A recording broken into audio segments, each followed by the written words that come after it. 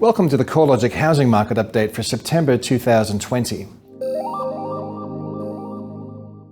Australian home values moved through a fourth month of COVID-induced falls, with the CoreLogic Home Value Index recording a 0.4% decline in August.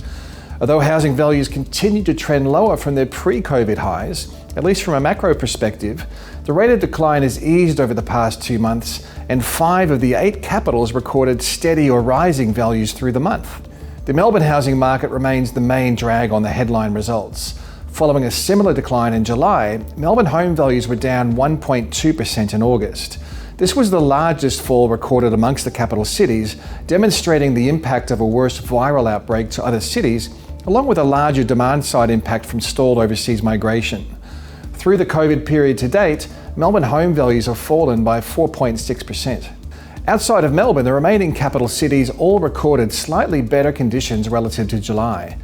The rate of decline eased across Sydney and Brisbane, while home values held firm or showed a subtle rise across the remaining capitals.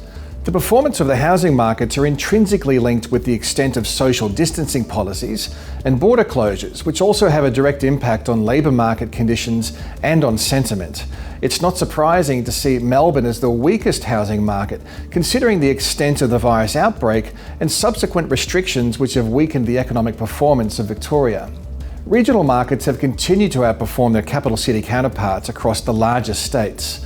While CoreLogic's combined regionals index has lost momentum relative to the pre-COVID trend, the index has held virtually flat since May. There are a variety of factors helping to support regional housing market conditions.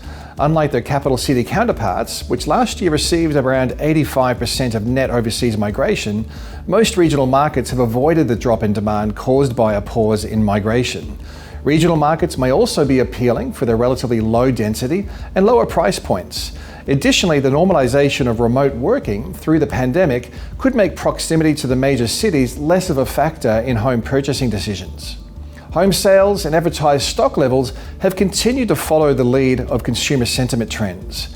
After plunging through late March and April, consumer sentiment readings posted a partial recovery through May, June and July, before falling again in August due to the new round of social distancing restrictions in Victoria and concerns about a renewed spread of the virus, which has weighed heavily on purchasing decisions. The trend in listings and housing turnover has followed a similar path. The number of new property listings halved between mid-March and the first week of May, before rebounding 48% over the next 3 months. The recent trend has again seen new listing numbers decline, falling by 11.5% over the past 4 weeks. Home sales also fell sharply in April. They were down about a third from March. The estimated volume of home sales bounced back 49% by the end of June, but has since trended slightly lower as weaker sentiment and lower listing numbers again weigh on market activity. The low level of total advertised inventory is another factor helping to insulate home values. Through the COVID pandemic to date, active listing numbers have remained extremely low, demonstrating both a lower than average amount of fresh stock being added to the market, as well as a strong rate of absorption. So far, there's been no evidence of urgent or distressed listings starting to pile up. This could potentially change, however, as fiscal support starts to taper at the end of September and distressed borrowers taking a repayment holiday reach their 6-month check-in period around the same time. The timing of these two events could be the catalyst for a gradual rise in distressed listings, which will be an important trend to monitor. If we do see active listing numbers starting to rise and be higher than previous years, it could be a signal that vendors will need to offer up greater discounts in order to sell their home. Focusing on each of the capital cities in more detail highlights the diversity across the markets. The rate of decline in Sydney home values eased in August, with values down 0.5% over the month, compared with last month's drop of 0.9% and a 0.8% fall in June.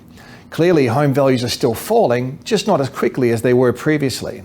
Auction markets are also pointing towards stability in the market, with the number of auctions held consistently rising since mid-May and clearance rates holding firm around the decade average of 63% through August.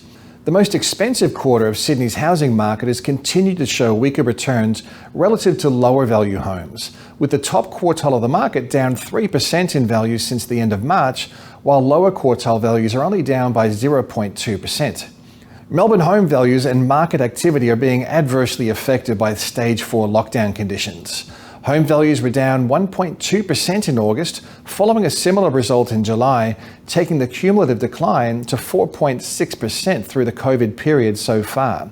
Similarly, our estimate of home sales has fallen 20% compared with June, demonstrating the impact from lower household confidence and social distancing policies that prevent inspections and on-site auctions. The upper quartile of Melbourne's housing market is wearing the brunt of the downturn, with values down 7% since March. Meanwhile, the lower quartile of the market has recorded a smaller 1.7% drop. Despite the weaker conditions, Melbourne housing values remain 5.9% higher than they were a year ago, demonstrating the strong capital gains that were present prior to COVID-19. Housing values were virtually steady across Brisbane in August, down by 0.1% over the month, while the estimated number of home sales was up 0.3%.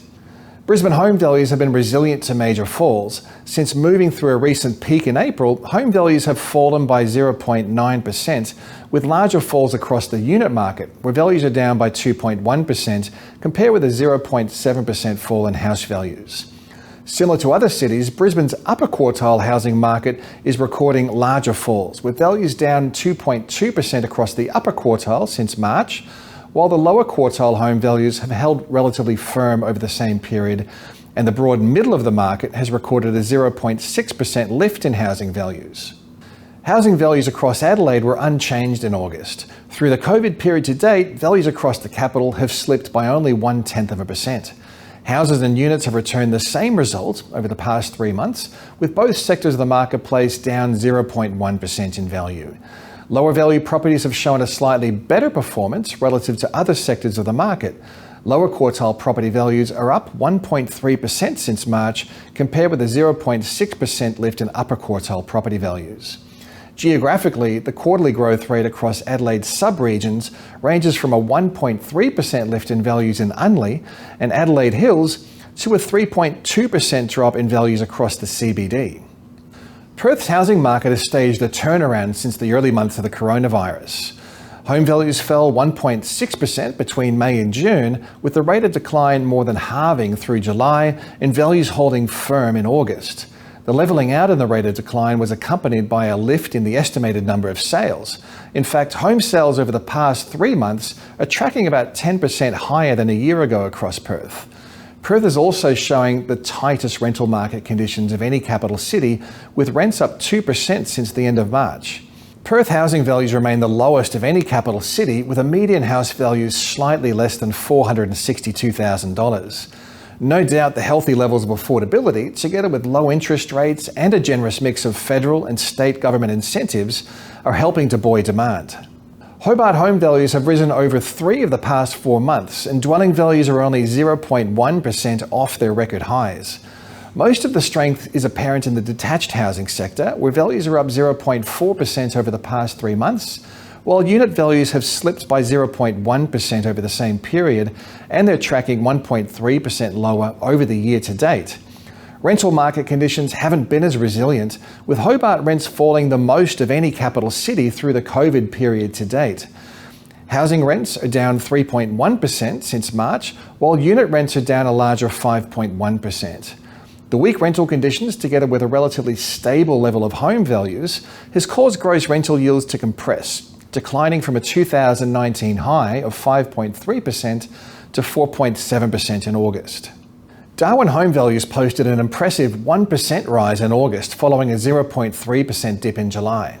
The value indices for Darwin do show higher volatility than other cities due to the smaller population of dwellings and relatively low numbers of observations, so the trend results provide a more intuitive read on the market.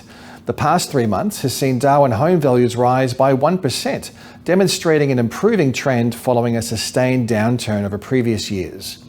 Houses continue to be the main driver of growth, with the unit sector showing persistently weaker conditions.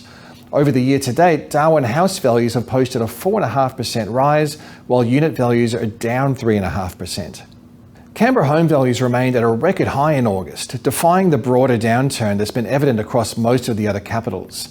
Housing values have consistently trended higher through the COVID period to date, reflecting some of the resilience in housing demand despite wavering confidence nationally. Estimated sales activity over the past 3 months are tracking 5% higher than a year ago, providing further evidence of Canberra's resilience. Rental markets haven't been quite as strong, with Canberra rents down 0.8% since March, with a larger 1.5% drop recorded across the unit market. In summary, housing markets are showing greater diversity relative to earlier stages of the pandemic.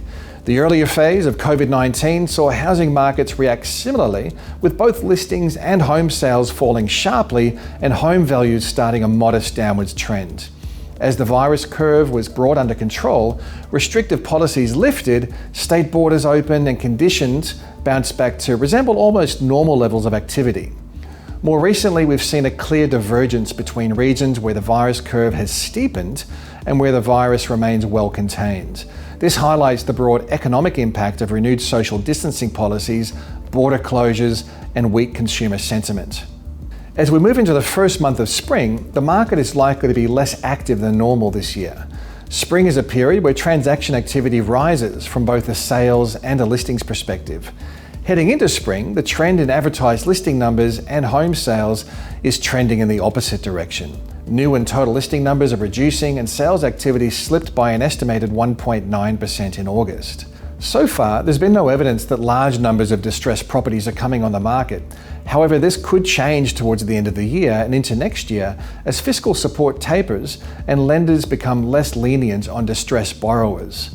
Considering fiscal stimulus policies are set to reduce at the end of this month, and lenders will be conducting their 6-month check-ins with borrowers taking a repayment holiday, the downside risk to home values remains high.